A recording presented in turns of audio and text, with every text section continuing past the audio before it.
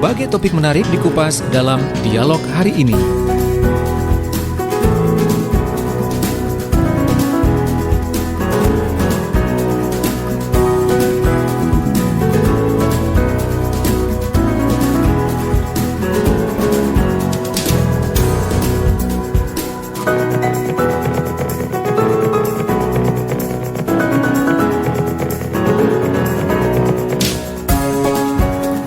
Assalamualaikum warahmatullahi wabarakatuh. Selamat pagi sahabat Sidoarjo dan juga sahabat-sahabat saya yang ada di RGR Tulungagung FM 90,1 dan juga sahabat-sahabat di Praja Angkasa Trenggalek FM 88,9, juga sahabat-sahabat saya yang ada di Ersal Nganjuk FM 105,1.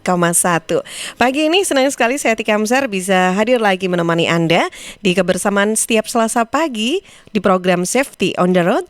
Untuk kita pagi ini nanti mau bahas tentang menghindari kecelakaan nih sahabat.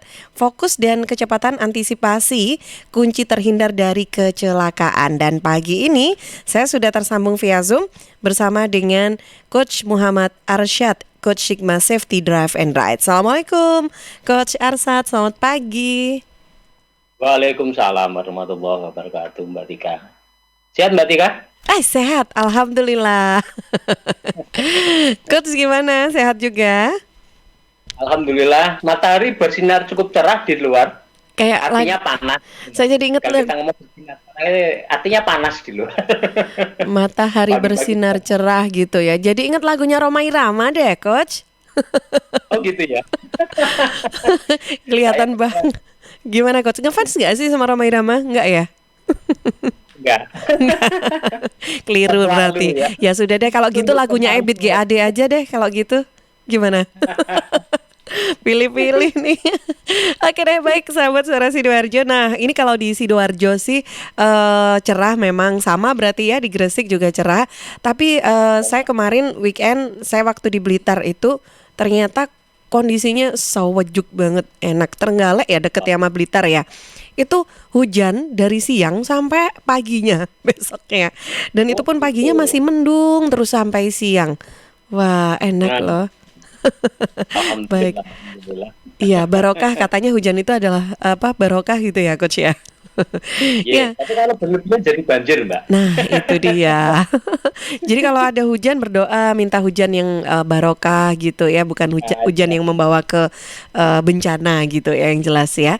Baiklah Coach Arsyad, pagi ini kita untuk edisi kali ini kita mau bahas tentang menghindari kecelakaan gitu ya. Kecelakaan itu sebetulnya bisa dihindari ya Coach ya?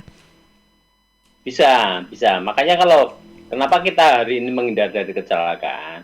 Beberapa pertemuan kemarin kan sudah kita bahas tentang istilahnya tentang blind spot, ya kan?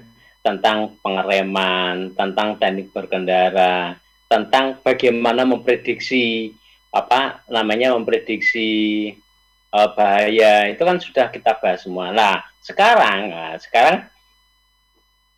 kita akan ngomongkan bagaimana istilahnya yang sudah kita bahas kemarin itu kita kumpulkan, kita gabungkan apa sih sebetulnya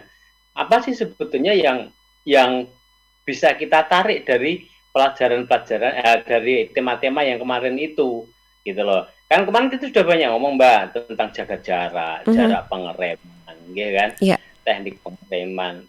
Nah, sudah cukup. Nah, sekarang bagaimana cara mengaplikasikannya? Nah, kan gitu kan. Mengaplikasikan kemarin kan masih sepotong-sepotong. Ayo, hari ini coba kita gabung. Apakah bisa dari yang pelajaran-pelajaran kemarin itu bisa gabung menjadi satu dalam bagaimana cara mengaplikasinya di lapangan? Nah, mungkin gitu Mbak. Oke. Nah, jadi harus dari masing-masing ini dijadikan satu, plek ini diaplikasikan. Nah, ini dia Coach. Harus mikir dong kayaknya ya.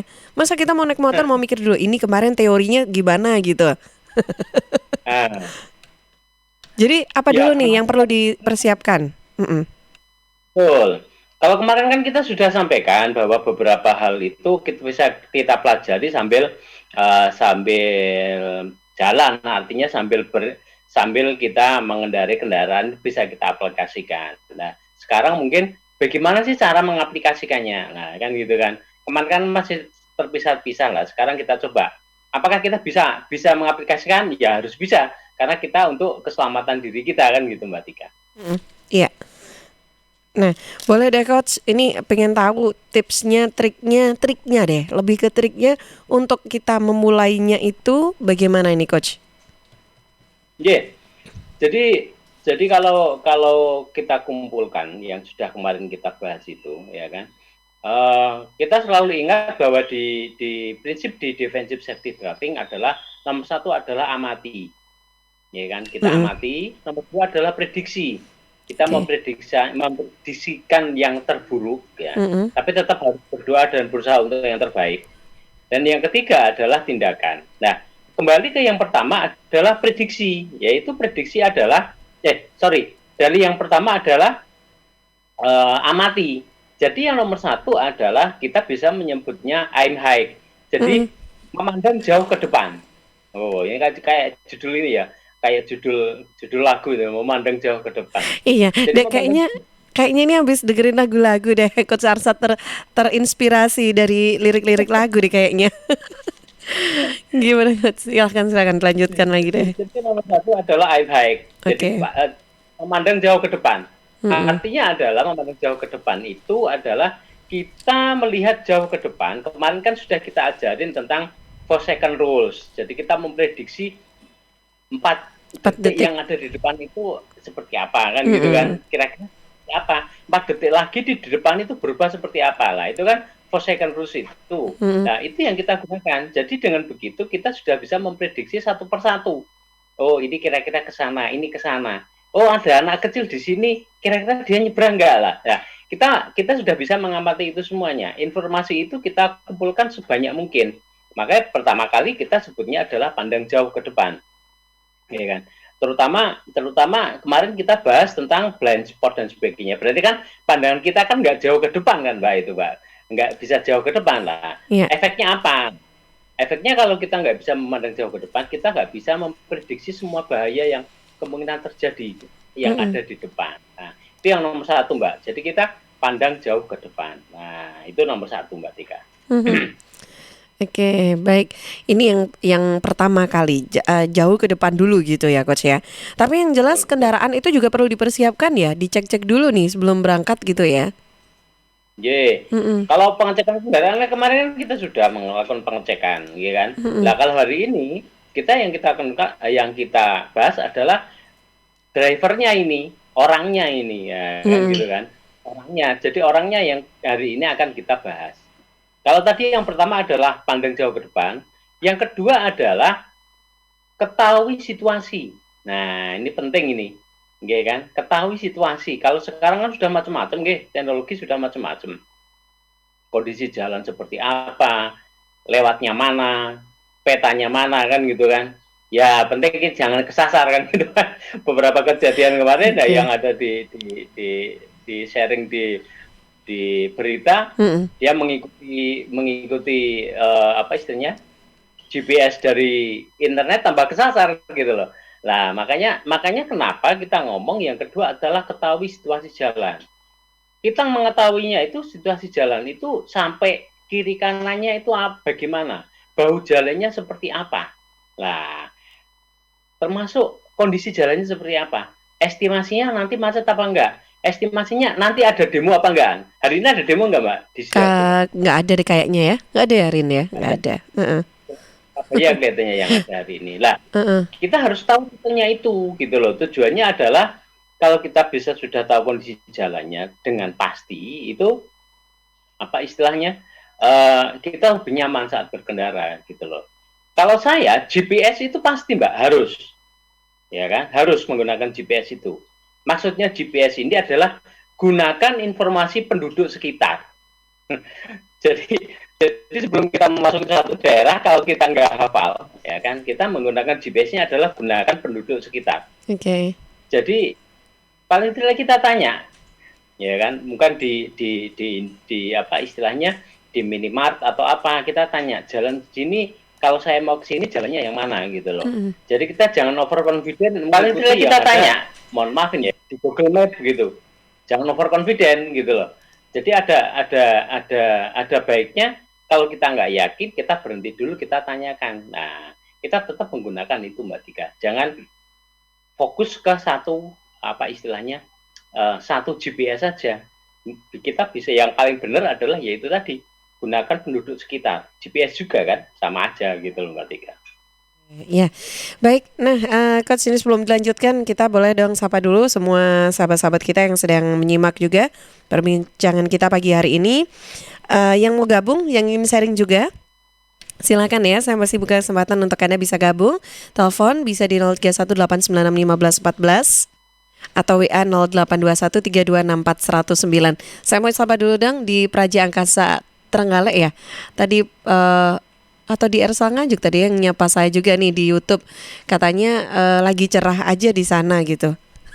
Kayaknya sih di Trenggalek tadi ya. Praja Angkasa Trenggalek katanya di sana lagi cerah, alhamdulillah. Baik. Ya, Coach, ini kembali ke tema kita nih, Coach ya. Jadi sekarang itu adalah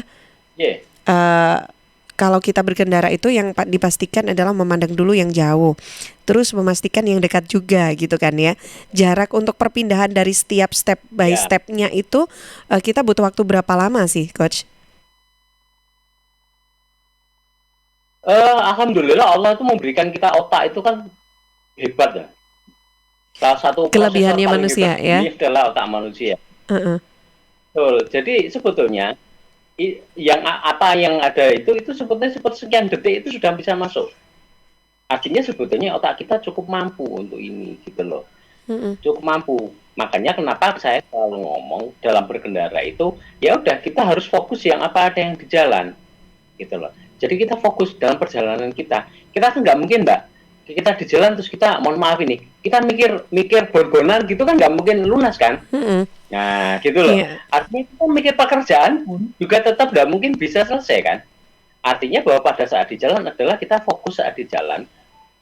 Kita fokus tujuannya adalah agar kita bisa berpikir jernih gitu loh. Jadi kita bisa pertama bisa aim high. Jadi di depan kok kelihatannya kok banyak apa istilahnya banyak orang kok pada berhenti lah. Ini ada apa lah? Ini kita sudah bisa mengurangi kecepatan, ya kan? Oh menurut berita hari ini akan ada demo. Oh menurut berita hari ini ada perbaikan jalan. Oh menurut berita hari ini traffic light di jalan yang bisa kita lewati mati. Nah itu kan berarti kita akan otomatis kan Mbak? Otomatis bahwa otak kita langsung ada plan A, plan B, plan C, plan D, plan E kan seperti itu kan. Kita harus lewat mana lah. Itu yang penting. Dan ini sebetulnya kalau memang kita belum terbiasa bisa dilatih setiap hari. Makanya sebetulnya kalau kita ngomong berkendara di jalan itu adalah kita harus belajar tiap hari gitu loh. Jadi setiap hari kita akan belajar untuk memantau situasi di jalan itu, memprediksi apa yang ada di jalan itu. Dan itu setiap saat, setiap detik kondisi jalan tidak pernah sama. Ya, jadi mesti berubah setiap saat, setiap detik itu tidak pernah sama. Itu yang artinya bahwa kita belajar kita juga tidak boleh berhenti, Mbak Tika. Mungkin gitu, Mbak Tika. Oke, karena ruas jalan itu pasti beda-beda gitu ya. Pelajarannya, kondisinya juga beda-beda gitu ya. Coach harus siap gitu ya. Oke. Gitu loh. Ya kayak jalan di depan mana Suara Sidoarjo itu kan, yang parkir aja setiap saat beda kan. Jam yang sama, detik yang sama, yang lewat juga beda lah. Artinya juga sama bahwa kita harus belajar terus menerus gitu loh. Makanya proses mengumpulkan informasi aim high pandang jauh ke depan ini tidak boleh berhenti. Jadi harus tetap dilaksanakan saat di jalan gitu Mbak Tika. Baik Coach Arsat, nah ini seru sekali dan ini penting untuk kita pahami bersama. Jadi saya harapkan sahabat-sahabat yang sudah bergabung jangan pernah geser dulu, karena kita mau bahas lebih lanjut lagi, lebih lengkap lagi sampai jam 8 pagi nanti. Dan sebelum kita bahas lebih dalam lagi Coach, kita jeda dulu sebentar ya untuk beberapa informasi yang akan lewat berikut ini.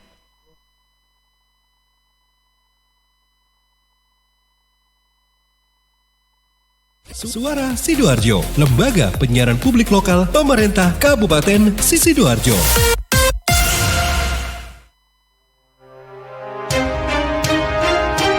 Sahabat, kita tahu bahwa merokok dapat mengganggu kesehatan, apalagi rokok ilegal.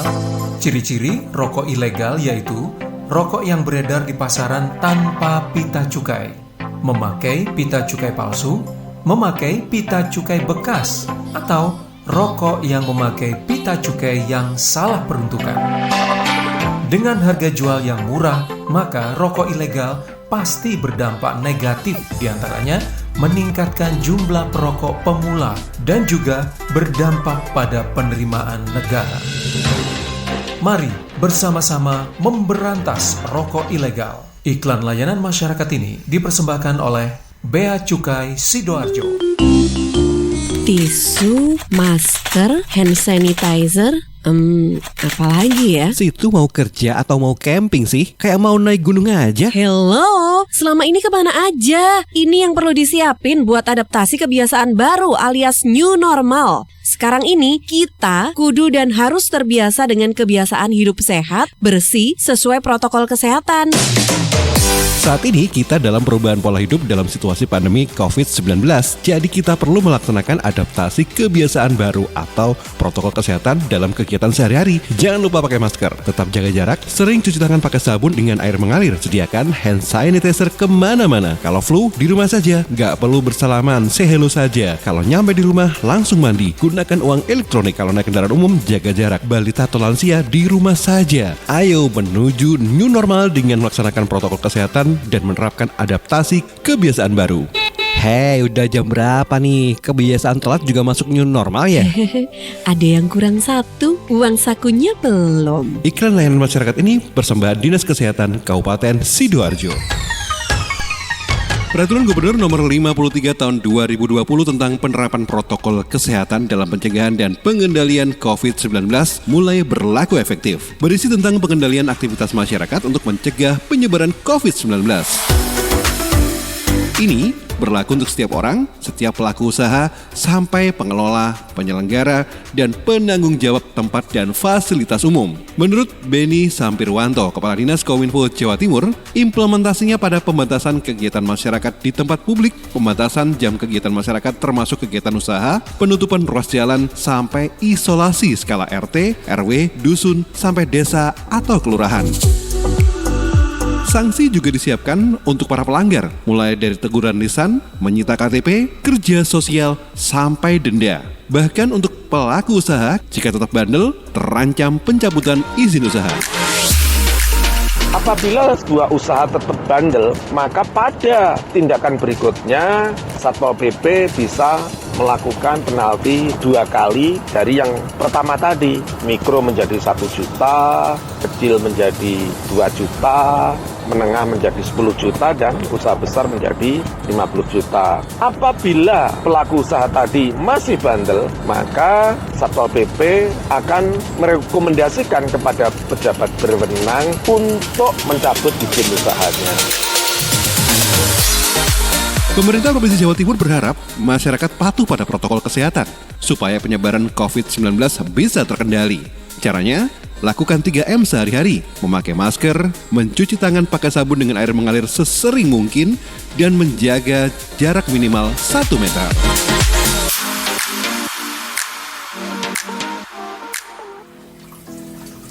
Siska. Apa? Kenapa? Ada asbak rokok nggak ya? Pinjem dong. Duh Iwan, maaf banget dia sebelumnya. Kenapa? Di sini nggak ada asbak rokok. Loh. Gimana dong? Emang nggak ada yang rokok di rumah ini ya? Ih, papaku itu udah lama banget berhenti ngerokok. Jadi nggak ada yang rokok di rumah ini. Ada ya? Tak kasih tahu ya Iwan ya. Kalau kamu ngerokok di ruangan itu juga bahaya loh. Pertama nih, zat beracun dari asap rokok kan nempel di dinding, karpet, perabotan. Itu kan bakal dilepaskan lagi ke udara. Nah, sistem ventilasi tetap nggak akan menghilangkan partikel dan gas beracun di udara walau di rumah pakai filtrasi udara atau exhaust fan. AC sentral dan buka tutup pintu juga tetap susah ngilangin kontaminasi dari asap rokok gitu. Masa sih? Iya, nggak percaya. Oke, betul. Siska, Kita aku tambah suka. sama Cici mulai lagi deh ngobalnya. Namanya juga usaha. Ingat, jangan merokok di tempat umum. Iklan layanan masyarakat ini dipersembahkan oleh Suara Sidoarjo. Your multi-platform radio. Sahabat, menyambut era adaptasi kebiasaan baru dan gebrakan akhir tahun untuk wedding industry, History Surabaya Entertainment HSE mengadakan pameran wedding Nusantara, Cerita Cinta. 16 sampai 18 Oktober di Hotel Aston Sidoarjo. Ada puluhan stand dari beragam wedding industri di Sidoarjo hadir dan menawarkan berbagai paket juga kemasan wedding. Nah, tetap mengacu ya pada protokol kesehatan sesuai dengan aturan dan instruksi pemerintah. Pameran Wedding Nusantara Cerita Cinta dimeriahkan juga dengan show tunggal dari Paras Asri, live music, dan talkshow sosialisasi wedding di era new normal. Sesuai aturan protokol kesehatan, pengunjung dibatasinya 100 pasangan per hari. Dengan one gate system, dilakukan screening di pintu masuk, juga ada lift khusus pengunjung dan ruang tunggu di lantai 3. Catat ya tanggalnya 16 sampai 18 Oktober di Hotel Aston Sidoarjo. Informasinya bisa hubungi Sultan di 0853 3167 4404. Pameran Wedding Nusantara Cerita Cinta, persembahan History Surabaya Entertainment dan Aston Sidoarjo. News, Talk, and Music Hits. Suara Sidoarjo. Your multi-platform radio. Baiklah sahabat, kita masih di program kita masih di program Safety on the Road dan pagi ini kita masih bersama dengan Coach Arsad. Ya, Coach, kita kalau ngomongin tadi tentang menghindari kecelakaan, tadi sudah jelaskan hal yang pertama itu adalah in hike gitu ya, Coach ya. Nah, lantas apa lagi nih yang perlu kita perhatikan selanjutnya? Apa yang perlu dilakukan juga? Nah, ini hubungannya dengan pandangan kita, itu ada namanya yang ketiga adalah rapid eye movement. Jadi artinya mata kita, nah ini kembali melihat lagi nih, proses amati lagi. Rapid eye movement. Jadi mata kita itu melihat di depan, melihat ke depan itu melihat objek-objek yang ada di depan itu. Ya, sehingga kita memprediksi objek-objek apa yang ada di depan itu. Sebetulnya ini hampir sama. Kalau aim hike itu jauh ke depan, tapi kalau yang rapid eye movement ini adalah mata kita pindah-pindah fokus, Mbak. Jadi jangan cuma melihat satu fokus titik aja ya. Karena kita lebih dari 3 detik, itu mesti kita sudah kiri kanan kita akan kabur lah, itu yang bahaya. Jadi kita harus melihat semua objek itu, gitu loh. Bukan berarti kita tolak-tolak, bukan loh ya. Tapi fokusnya aja yang dipindah-pindah. Itu dengan begitu antara lain juga menghindari kelelahan mata. Kalau mata itu fokus di satu titik aja, itu mesti mata akan cepat capek. Akibatnya kalau mata capek itu antara lain adalah kita kehilangan fokus dan mengantuk. Nah, itu yang bahayanya kan itu. Tapi dengan kita pindah-pindah fokus itu membuat mata kita tidak capek, nggak ngantuk gitu loh. Nah, rapid eye movement ini termasuk kita juga melihat indikator yang ada di kendaraan kita, ya kan? Mungkin kecepatan, mungkin ada lampu, ada informasi-informasi lain yang ada di sekitar kita. Sempatkan juga untuk melihat ke kaca spion. Nah, kalau kaca spion ini kira-kira setiap 5 detik atau 10 detik itu, ya kita menoleh sekilas saja lah, menoleh sekilas untuk kiri kanan, untuk kita melihat. Tujuannya apa? Kita akan mengetahui situasi kondisi di belakang kita. Jangan sampai nanti pada saat di belakang kita ada kendaraan yang lain, ya kan, kita kaget, ya kan. Nah, itu yang bahayanya, itu kaget itu yang bahaya. Jadi jangan sampai kita kaget pada saat tiba-tiba ada kendaraan besar di belakang kita. Nah, itu bahayanya itu. Jadi rapid eye movement itu perlu untuk itu tadi. Sebetulnya balik lagi ke yang depan untuk mengumpulkan informasi sebanyak mungkin. Dan bisa memprediksi kira-kira apa yang akan terjadi 4 detik yang akan datang, mereka akan bergerak kemana. Jadi tujuannya yang nomor 3 itu rapid eye movement itu seperti itu, Mbak Tika. Oke, baik, Coach. Ini sih masih ada dengan tadi. Masih ada hubungannya dengan yang hike tadi. And hike tadi ya. Okay. Jadi yang pandang jauh ke depan tadi, Mbak Tika. Oke, baik, saya ke Karin dulu, ya, Rin. Iya, jadi ini sudah ada 2 pertanyaan yang masuk di WhatsApp redaksi Suara Sidoarjo. Yang pertama dari Zia di Mojokerto. Menurut Coach Arsyad, apa sih yang harus dilakukan jika kita menyetirnya di waktu malam? Dan sekarang ini kan buat zebra cross sudah disediakan semacam lampu merah manual yang dipencet sendiri sama penyeberang. Nah, tapi kebanyakan orang-orang itu nyebrangnya kadang asal nyebrang aja. Bodo amat sama zebra cross dan lampu merah manual itu. Di mana dia berdiri dan dia mau nyebrang, ya udah nyebrang aja. Kalau untuk siang dan sore selama masih ada matahari kan masih bisa diantisipasi. Terus jika malam hari, Coach, bagaimana? Yang kedua dari Gumigum di Sidoarjo. Gumigum. Iya. Coach, ini saya mau bercerita pengalaman pribadi. Karena bersin mendadak, ternyata bisa bikin kecelakaan loh, Coach. Posisinya waktu dulu itu saya mau bersin, dan di samping saya ini kan ada mobil pickup yang ternyata mau mundur. Jadi ketika saya bersin itu mobilnya mundur dan ya terjadi kecelakaan. Loh, kok bisa ceritanya bersin bikin mobil mundur? Terus gimana itu ceritanya? Mungkin Nggak tahu ya. waktu orangnya bersin ternyata ada orang yang udah di dalam pickup mungkin ya, jadi nggak Terus pas aja kaget timingnya. gitu ya.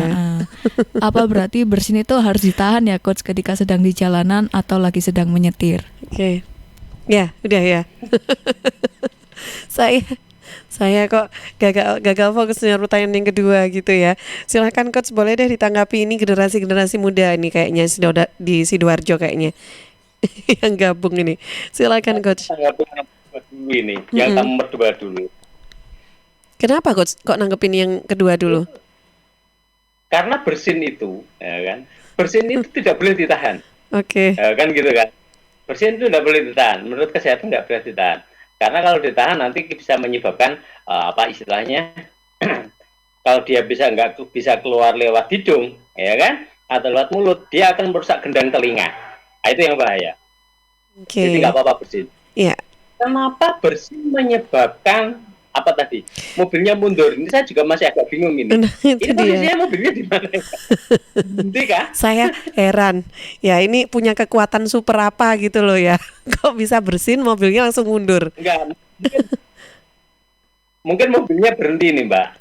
Jadi mungkin mobilnya berhenti, ya kan? Jadi posisi berhenti. Ya kan, begitu beliau bersin, itu kan secara otomatis kalau berhenti kan dia ngerem, nggih. Ngerem mungkin kondisi jalannya tidak apa. Jadi pada saat atau mungkin posisi gigi mundur. Jadi pada saat bersin itu otomatis kan orang biasanya akan melepaskan semua kontrol, nggak bisa kontrol kan kita pada saat bersin itu. Nah pada saat lepas kontrol itu lah itu mungkin yang apa istilahnya, sehingga mungkin remnya terlepas atau apa sehingga mobilnya akhirnya mundur. Mungkin segitu, Mas. Iya. Mbak Tika. Oke. Ya, memang kalau kita ngomong itu memang bahayanya itu. Walaupun mungkin bersin itu berapa detik sih, paling cuma 1 detik kan gitu kan. Nah, tapi bahayanya adalah itu. Nah, bagaimana caranya pada saat kita berkendara? Nah, ini yang bahaya. Pada saat kita akan bersin itu kan nggak mungkin tiba-tiba kan, Mbak. Pada saat kita akan bersin, kan, itu ada baiknya kita melihat sekitar kita dulu. Setiap orang beda-beda bersinnya. Nah, begitu kita tahu bahwa bersin itu akan menghilangkan kontrol kita terhadap kendaraan, memang ada baiknya kita minggir dulu. Itu enggak apa-apa. Itu lebih baik. Minggir, ya kan? Sebelum bersin, jangan lupa di handrem. Tujuannya apa? Kalau kaki kita nanti pada saat bersin itu apa istilahnya? Kayak goyang atau ngangkat gitu ya mungkin ya. Bisa lost control kan macam-macam itu. Ya kalau apa istilahnya posisi netral terus kemudian remnya lepas itu enggak apa-apa mungkin nggih. Tapi kalau posisi gigi masuk, kopling dan gasnya keinjak bergantian kan bahaya juga. Jadi kalau untuk bersin itu seperti itu. Mungkin harus berhenti di tempat yang berhenti dulu. Nggak apa-apa. Anda berhenti katakanlah ini, mohon maaf, di tol contohnya. Di tol kita mau bersin, udah minggir nggak apa-apa. Nyalakan lampu hazard, tarik handrem di bahu jalan di tempat yang aman.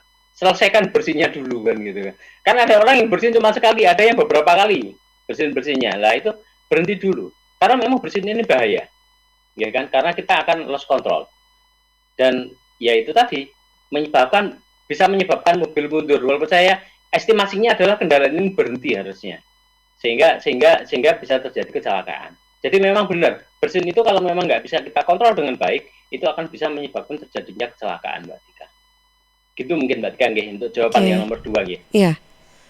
Terus untuk Mbak Asia di mana tadi? Mojokerto. Oh, jauh ya di Mojokerto. Ini kalau nyetir malam, Coach, biasanya kan ada zebra cross itu yang lampu merahnya manual ya.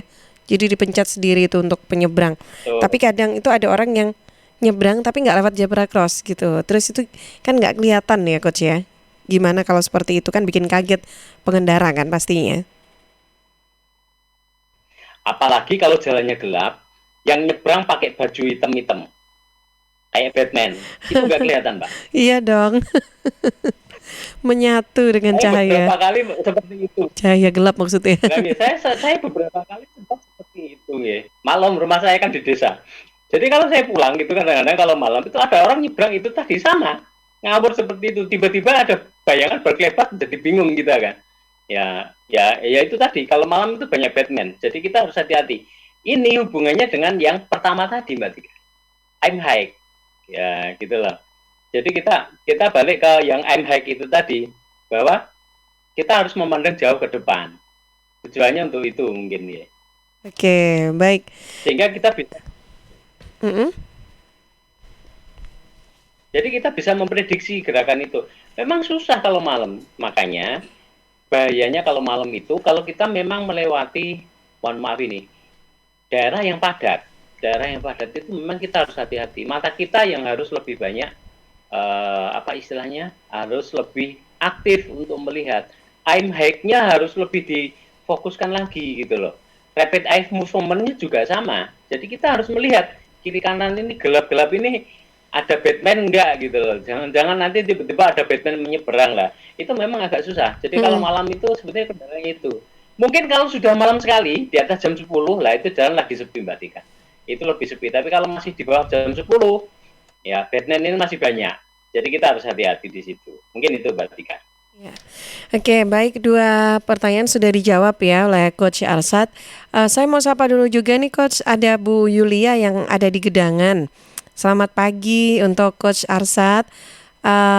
Setelah mendengarkan dialog yang sangat bermanfaat ini, mulai dari blind spot, alat komunikasi, pandangan jauh ke depan, kefokusan dan memprediksi, semua itu memang untuk keselamatan bagi pengendara itu sendiri agar tidak terjadi kecelakaan. Nah, seperti yang sudah dijelaskan oleh Coach Arsad, tujuan kita berkendara adalah kita selamat sampai tempat tujuan. Kita sudah dibekali ilmu yang sangat bermanfaat dari Coach Arsad.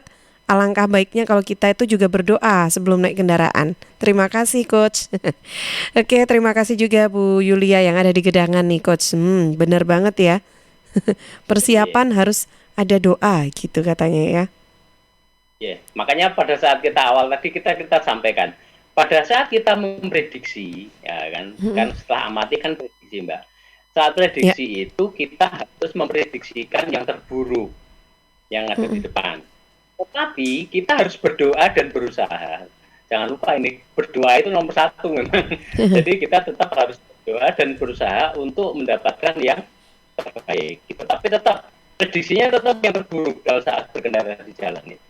Dengan kita memprediksi yang terburuk, maka kita akan tetap fokus saat di jalan. Mungkin itu untuk Bu Yulia Mbak Tika. Oke, baik. Nah, Pak, ini kita ada yang gabung lagi nih dari Pak Muzaki ya, yang ada di Sukodono. Saya ingin sapa dulu sebentar, saya coba buka dulu untuk WhatsApp-nya dulu sebentar, Pak. Oke, sebentar. Ini oke deh. Baik, nah ini terkait dengan blind spot, Coach. Saya ingin sharing sedikit karena kebanyakan ada truk-truk itu kalau saya punya pengalaman, saya bisa melihat supirnya, tapi supirnya yang nggak melihat ke arah spion. Jadi waktu saya mau menyalip truk itu, jadi antara ragu-ragu, iya tidak ya untuk salip ini kendaraan. Tapi kalau tetap mau di belakang truk itu juga lama jalannya. Mau disalip dari arah berlawanan juga masih ramai. Tapi sebetulnya ada peluang-peluang saya bisa untuk mendahului truk tersebut. Tapi karena saya melihat kok ini sopir nggak ngeliat ke spion gitu. Ini jadi yang bikin saya ragu. Bagaimana kalau kita menghadapi kondisi seperti ini? Oke, silakan Coach, boleh kita tanggapi juga nih Pak Muzaki di Sukodono, Sidoarjo. Seperti saya sampaikan tadi, Kalau kita melihat spion itu kan cuma sepersekian detik kan, Mbak. Bahkan kadang-kadang kita melihat spion itu cuma kita lirik aja kan. Jadi ya, Pak Musagi, jangan ragu untuk seperti itu. Selama kita terlihat di kaca spion, kita bisa melihat sopir di kaca spionnya, berarti dia tahu keberadaan kita. Nggak apa-apa, monggo silahkan. Walaupun Kalau ini si memang supir jalannya- cuek gitu ya, Coach ya? Kayak nggak ngelihat kita gitu. Ya, memang kan kadang-kadang kalau kita berkendara itu kan kita nggak noleh, Mbak, kalau melihat spion itu. Kita cuma Lirik aja, kan? ya. Ha-ha. Karena memang ke depan, sehingga nggak kelihatan. Mohon maaf ini, Pak Musagi mungkin jarang melihat sopirnya ini nengok gitu mungkin, gitu. Jangan melihat, ya memang itu. Jadi dia tetap ke depan. Biasanya kita akan menengok kaca spion. Saya bukan ngomong melihat, tapi menengok kaca spion. Itu pada saat kita akan berbelok, baru kemudian kita akan menengok. Nah, Pak Musagi kalau memang masih bingung, artinya ini saya dilihat apa enggak ya? Iya, Kita harus ragu-ragu. melihat. Nah, nanti berikutnya ini, nanti ada namanya melihat dan terlihat. Mungkin kemarin sudah kita bahas juga, melihat dan terlihat. Nggak ada salahnya silakan Bapak menyalakan klakson. Nah, gitu loh. Klakson ini tujuannya adalah untuk menunjukkan, oh ada saya di belakang. Dia otomatis kalau ada klakson, mesti dia akan melihat ke atas spion. Iya. Nggak mungkin dia cuek, itu nggak mungkin. Jadi mesti dia akan melihat ke atas spion. Kalau memang kondisi depan itu memang aman untuk mendahului, ya monggo, silakan Bapak mendahului. Nah, kalau nggak kaca spion, itu silakan menggunakan lampu dim. Digunakan lampu dim, itu monggo, silakan. Setelah kita melihat responnya, biasanya kalau bisa minggir, itu dia akan berusaha minggir. Tapi kalau memang sudah cukup, dia di situ sudah cukup untuk kita mendahului, maka dia akan memberikan dia tetap pada posisinya. Yang penting itu dia di posisinya, dia tidak bergerak ke kanan, itu saja sudah aman, Mbak Tika. Mungkin itu untuk Pak Musagi, Mbak Tika. Oke, baik. Ya, nah Coach Arsat ini nanti kita akan lanjut lagi untuk materi atau pembahasannya. Masih ada ya Coach hal lain juga yang perlu diperhatikan terkait dengan tema kita juga untuk pagi ini ya. Tapi sekali lagi silakan, saya masih ada kesempatan untuk sahabat Sidoarjo lainnya yang ingin sharing, mungkin punya pengalaman atau juga yang masih bingung untuk mengaplikasikan ilmu-ilmu yang mungkin sudah sejak kemarin disampaikan oleh Coach Arsat di program Safety on the Road. Silakan Anda bisa gabung. Silakan yang mau di Trenggalek, yang lagi ada di Trenggalek ataupun yang ada di Nganjuk dan juga di Tulungagung. Pagi ini sahabat yang mau juga sharing, Anda bisa WhatsApp di 0821 3264 109. Kalau mau telepon langsung biar lebih rame, biar bisa ngobrol langsung dengan Coach Arsat, silakan di 0318961514. Saya jeda dulu sebentar untuk beberapa informasi yang akan lewat berikut ini.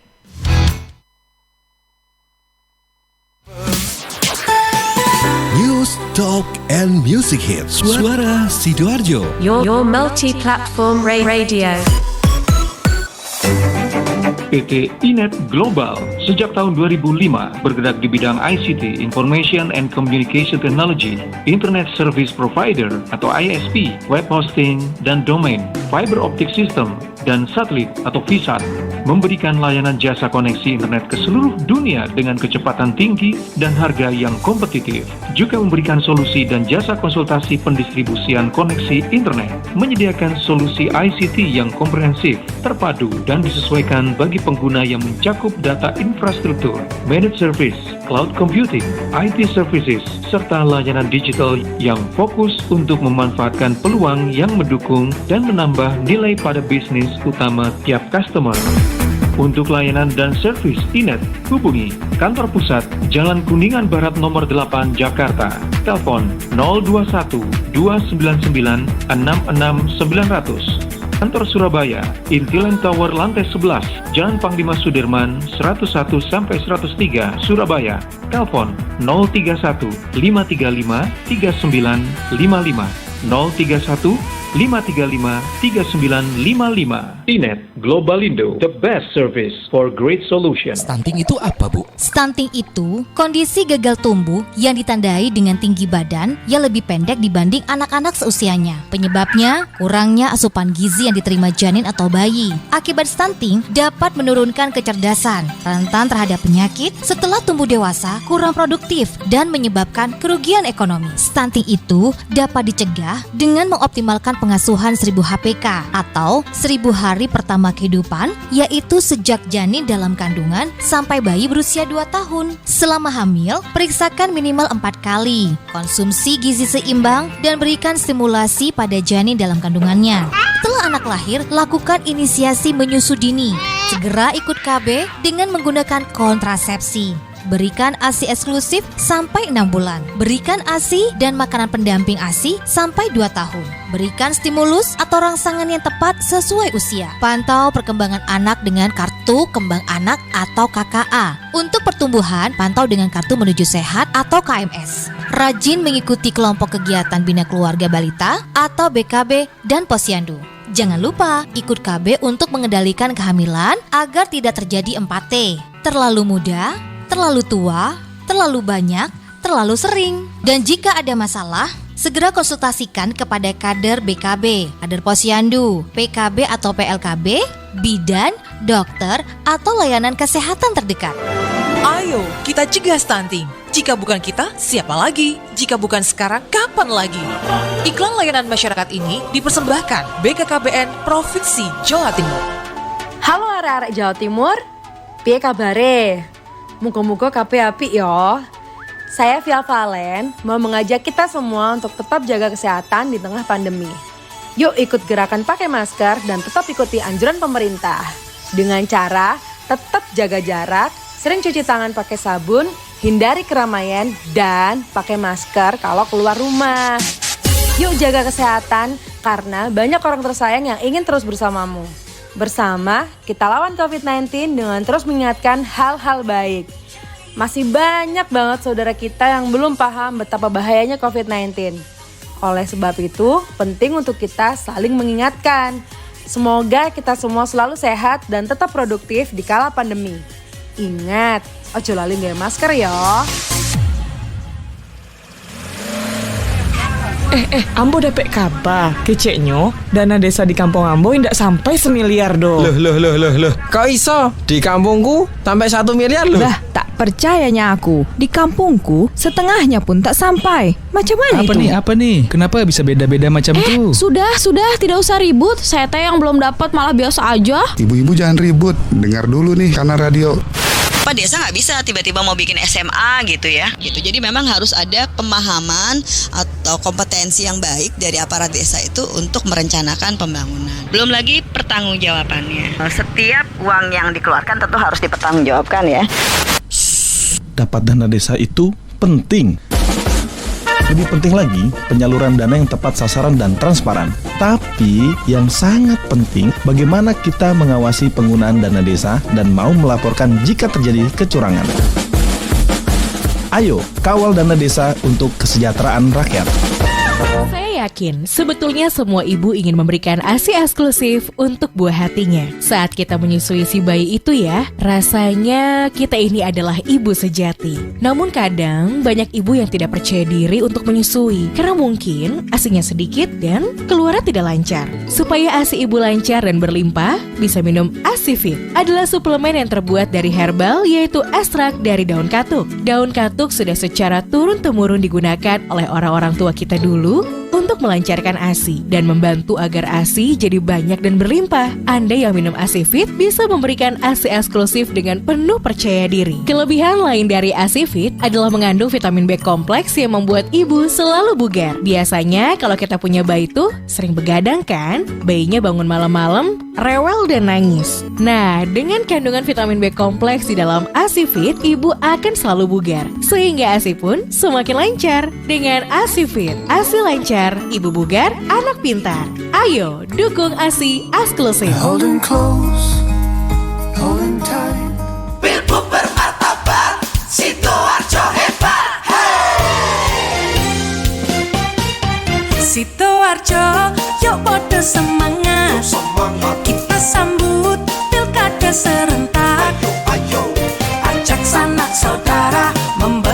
suara untuk masa depan Sidoarjo. Ojo lali hari Rabu 9 Desember 2020. Rame-rame ke TPS kita nyoblos.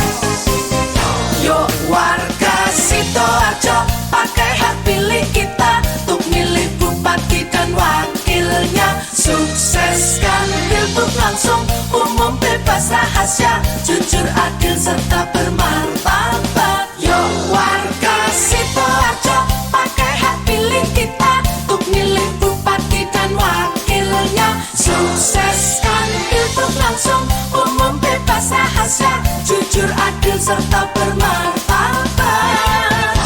Pilgub bermartabat, Sidoarjo hebat. Pilgub bermartabat, Sidoarjo hebat. Hey, sukseskan pilgub Sidoarjo 2020.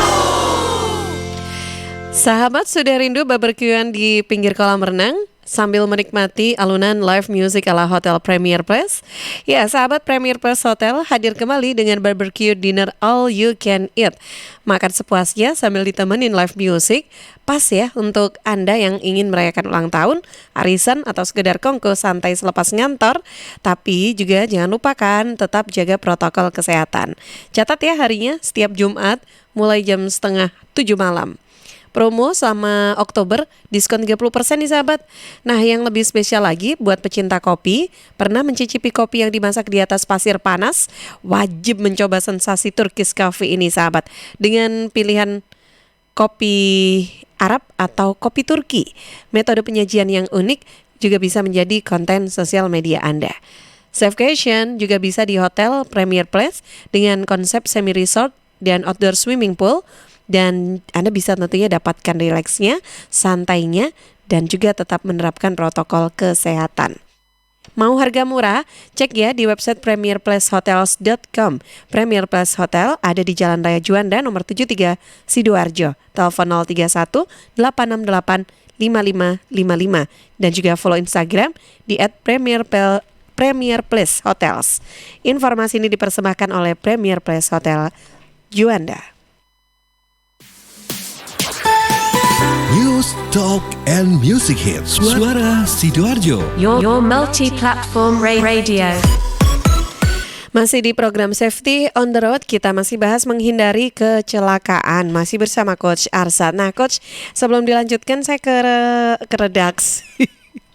Saya ke Karin dulu. Sekarang nggak ada redaksi, nggak ada orang siaran ya. Iya. Kita satu ruangan ini. Benar sekali.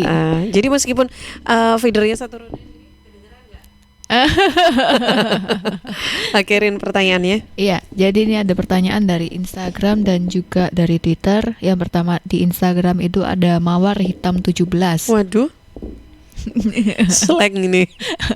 Hari ini penuh inspirasi lagu pokoknya. Iya benar banget. Terus? Jadi ini gini, penggunaan seatbelt pada orang-orang yang duduk di bangku tengah dan bangku belakang itu aslinya apa penting? Soalnya kalau di negara-negara luar diwajibkan penggunaannya, tapi kalau di Indonesia yang wajib itu saya rasa cuma orang-orang yang duduk di bangku depan saja. Yang kedua dari Irena Lisa di Twitter. Persiapan apa sih coach yang harus dilakukan jika kita melihat di depan kita tuh ada tabrakan beruntun, tapi kondisi kendaraan ini juga terbilang masih dalam kondisi yang cepat.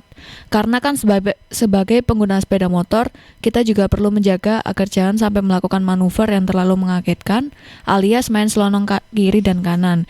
Dan memang sepeda motor diuntungkan karena merupakan kendaraan fleksibel, tapi jika dilakukan secara mendadak kan bisa sangat mengganggu pengendara lainnya. Iya, oke, Coach silakan 2 pertanyaan. Saya teruskan yang tadi. Tadi kan kita sudah ngomong aim high, ketahui situasinya Mbak. Terus rapid eye movement. Yang keempat dan 5 itu sudah sering kita bahas, yaitu jaga jarak aman dan terlihat dan melihat. Nah, yang terlihat dan melihat tadi kan hubungannya dengan Pak Muzaki tadi. Itu sudah kita bahas ya kan, yang blind spot tadi. Kalau jaga jarak aman mungkin ini hampir sama dengan pertanyaan yang terakhir. Apa yang harus kita lakukan pada saat di depan itu ada kecelakaan beruntun? Nah, sebetulnya ini bisa dihindari. Saya ngomong nomor 4, nomor 6 dulu ya. Yang nomor 2 dulu ya Mbak pertanyaannya. Ya. Itu bisa dihindari kalau kita menerapkan yang nomor 1, ya kan, pandang jauh ke depan, serta rapid eyes, ya kan, dan jaga jarak aman. Nah dengan begitu pada saat di depan terjadi accident, ada kecelakaan, itu kita sudah melihat dulu gitu loh.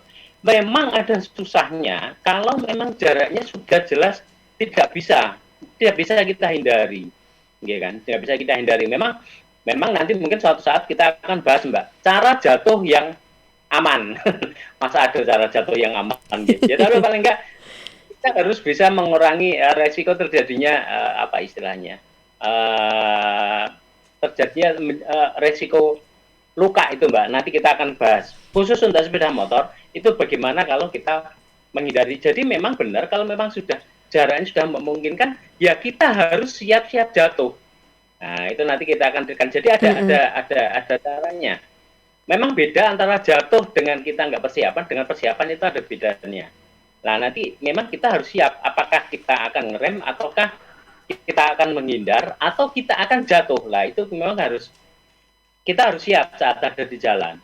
Nggak apa-apa, nanti mungkin PR bagi kita, nanti akan kita bahas tentang itu tadi, menghindar luka terlalu banyak pada saat kita jatuh. Mungkin nanti kita bahas sendiri untuk ini. Yeah. Untuk yang seat belt tengah dan belakang. Kalau saya ngomong seat belt tengah dan belakang itu juga sama sebetulnya. Iya kan? Semuanya juga perlu. Kenapa? Karena kalau terjadi pengereman mendadak, ya kan, yang tengah dan yang belakang itu sama saja bisa terbang ke depan. Dan bahayanya kalau yang tengah atau belakang itu pada saat dia terbang, nah ini bahayanya. Pada saat dia terbang ke depan, dia akan menghantam yang ada di depan. Jadi sama saja. Banyak kecelakaan yang sopirnya sudah menggunakan seat belt, ya kan? Kondisi mobil tidak rusak parah, tetapi yang pengemudinya ini meninggal. Ternyata setelah diselidiki, itu adalah penumpang belakang itu yang istilahnya mendorong sopirnya ke depan. Sehingga sopir ini tergencet di setir. Walaupun ada airbag, tetapi kalau contohnya nih yang duduk di belakang itu gemuk gitu, atau di belakangnya itu gemuk, rem mendadak itu tetap. Kalau misalkan saya di tengah, Kari di depan gitu, yang setir gitu ya, terus tak dorong gitu. Betul. Kalau Batika mungkin enggak. Yang lebih gede siapa? Mas Diding mungkin ya. Mas Diding kan lebih gede. Nah, itu bahayanya itu. Serangeo coach. Bahayanya ada kan tuh. Sepertinya sama. Enggak ada Mas Diding Mbak di situ. Enggak ada, tapi mantau kayaknya. Gak apa-apa, nanti setelah ini lebaran kita maaf-maafan lagi. Kita enggak baik kok, mesti memaafkan. Oke, coach. Jadi itu. Ya. Jadi wajib sebetulnya menggunakan seat belt di belakang, di tengah dan belakang itu wajibnya itu di situ. Karena sama aja. Kalau pada saat terjadi kecelakaan, yang tengah dan belakang itu sama-sama bisa terlempar. Banyak kejadian yang seperti itu, yang tengah dan belakang terlempar keluar, itu juga banyak sekali kejadian seperti itu. Itu contohnya di tol dulu kan pernah juga seperti itu, di tol di Jakarta itu. Nah, mungkin itu Mbak Tika. Nah, sebelum berakhir, yang terakhir, nah ini yang terakhir. Tips-tipsnya, yang terakhir adalah ini yang penting. Ini yang paling penting. Tentukan kecepatan dan lintasan yang tepat. Nah, kecepatan ini yang penting. Jadi kalau kita sudah melihat di depan banyak kerumunan, banyak kendaraan lain atau ya kita berarti kecepatannya kita harus kita sesuaikan gitu loh. Kita mampunya ngontrol kecepatan berapa. Kalau memang kecepatan 60 nggak bisa, ya kita turunkan. Ini bisa mencegah terjadinya kecelakaan akibat tabrakan beruntun. Itu nomor satu. Kedua adalah lintasan yang tepat. Lintasan yang tepat ini adalah bagaimana kita melintas kendaraan melewati jalan yang aman. Nah, ini saya minta untuk roda 4 ini. Nah, bagi teman-teman yang menggunakan roda 4, kalau suatu saat di di jalan itu ada roda 2 yang kadang-kadang mereka tidak di pinggir, itu tolong sebelum klakson, sebelum klakson ini Mbak, itu melihat dulu ada kemungkinan kondisi bagian pinggir jalan itu kondisinya rusak atau bergelombang parah sehingga membahayakan sepeda motor. Nah, mungkin boleh kalau memang dia istilahnya zigzag, ngawur, gitu kan, itu monggo silakan diklakson. Tetapi kalau memang kondisi jalan di sisi kiri itu memang benar-benar kondisinya tidak aman untuk pengendara, jadi ya kita toleransi, saling memberi jalan. Mungkin gitu Mbak Tika. Oke, baik. Ya, ada 3 poin ya Coach ya tadi ya? 3 atau 4 tadi ya? 3 ya Coach ya? 3 poin ini yang penting yang perlu kita terapkan dan aplikasikan untuk menjaga keselamatan kita tentunya di jalan ya Coach ya. Oke deh, terakhir mungkin apa yang ingin disampaikan lagi Coach untuk sahabat-sahabat kita semua baik di Sidoarjo, Trenggalek, Nganjuk maupun Tulungagung, silakan. Saya tekankan yang nomor terakhir Mbak untuk tipsnya tadi. Oke. Tentukan kecepatan dan lintasan yang tepat. Jadi kecepatan Anda, pastikan Anda berkendara, berapapun kecepatan Anda, itu sesuaikan dengan kemampuan kita untuk menghentikan kendaraan itu, untuk mengendalikan kendaraan itu. Jangan melebihi batas. Itu adalah syarat kita agar kita aman saat di jalan, Mbak Tika. Oke, baik. Ya, Coach Arsa terima kasih sekali lagi atas ilmu sharingnya juga tidak terasa. Ini sudah jam 8 ya, lewat 1 menit perbincangan kita. Terima kasih, mudah-mudahan bermanfaat juga untuk semuanya. Salam sehat selalu untuk Coach Arsat. Insya Allah ketemu lagi pekan depan. Assalamualaikum.